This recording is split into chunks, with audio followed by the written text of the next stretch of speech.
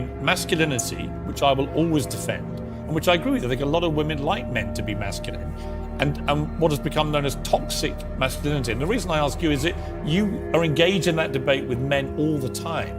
Where is the line for you where men shouldn't cross, where the behavior should be kept within a line? Please define toxic masculinity. Well, you tell me what you think it crosses a line from being a masculine, good man to a bad man. There's no such thing as too much masculinity if it's genuinely masculine. Genuine masculinity is not out here to hurt people. It's absolutely the opposite. It's out here to protect. And when bad things happen, they call traditionally masculine men. If you need a firefighter, you need a masculine man. When you call the police because of the problem you have, you want masculine men. And as soon as a woman or a man is in trouble, when you look for backup, you look for masculine men. And masculine men have a duty to provide and protect those they care about. We have a duty to do things we don't feel like doing because we know we're supposed to do them.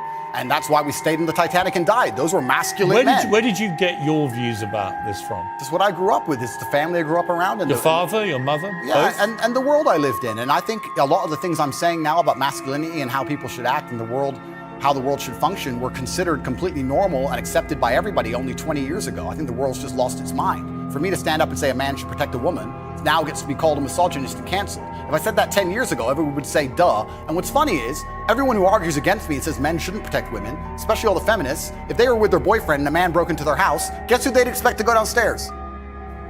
Who do you think? Think they go themselves? Are they going to Afghanistan? No, we send men to do these things. So well, we send women in the armed forces too. You have to generalize when you make points. There are many courageous people. Exceptions do not disprove the rule.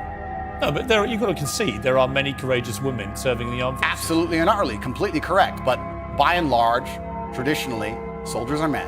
Exceptions do not disprove the rule. Well, it's not an exception. It's a fact that there are a lot of women now in the armed forces. Correct. But if you were to take the average soldier, they are a male.